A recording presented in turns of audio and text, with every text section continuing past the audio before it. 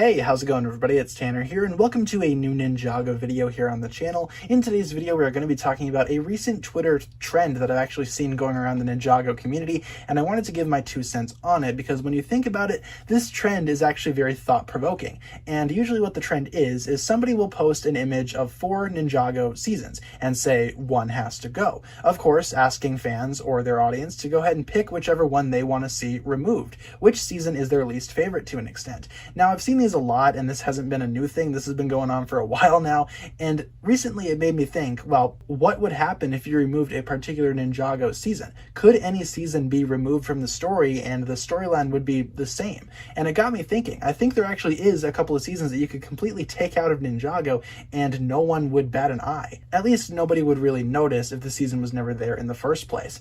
Now, seasons in Ninjago usually have a very consistent story from one to the next. A lot of them do lead into other seasons, and a lot of them do ask questions and overall just provide consequences to their future, and a lot of them do that except for Skybound. Skybound was an obvious one that I've seen a lot of people kind of talking about, opting to remove entirely, because honestly, does Skybound even really matter in the grand scheme of things? Obviously, Skybound is a very good season. I'm not dissing Skybound. I think it's a very excellent season, but the ending of Skybound pretty much reversed the entire season as if it never happened in the first place. So realistically, if you removed Skybound from the Ninjago timeline, would anything even matter? Well, Skybound, not everything was left undone at the end of Skybound. There were a couple of things still left over, such as the Temple of Reijitsu being up in the sky still, and Jay and Nia still remembering everything of what happened in Skybound.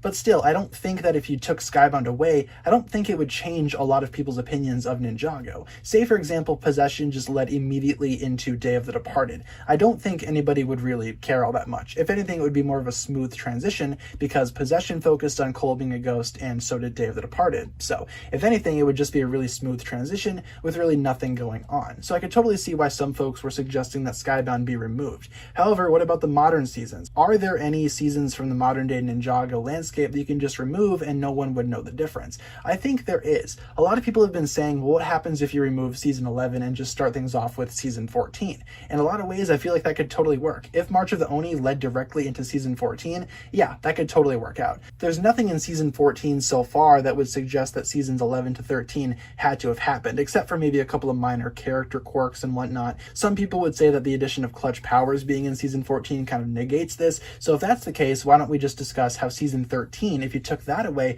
does that even really need to, be a thing in Ninjago in general? Don't get me wrong, season 13 is one of my favorite Ninjago seasons. It's definitely top 3 for me, probably my 3rd favorite behind Sons of Garmadon and Tournament of Elements, but still, Master of the Mountain is a very secluded story. If you took season 13 away, as of this moment in time, there's nothing that really opts it to actually remain in the canon. Of course, other stuff down the line might actually do this, such as various other Vengestone arc stuff, but season 14 doesn't really have anything to do with Vengestone. So if you went immediately from Prime Empire into season 14, the island, I don't really feel like that would be that much of a difference. I feel like that would be a very cool transition, similar to how it was between Possession and Day of the Departed, but of course not perfect. With season 11, it's arguable that you can kind of disregard it or whatever, but in my opinion, I feel like if you removed season 6 and season 13, the story would go on as normal. Of course, various parts of those seasons would not exist, but I don't think that's anything too major. It's an interesting thing to think about. I'm not saying that I would like to see season 6 and season 13 removed.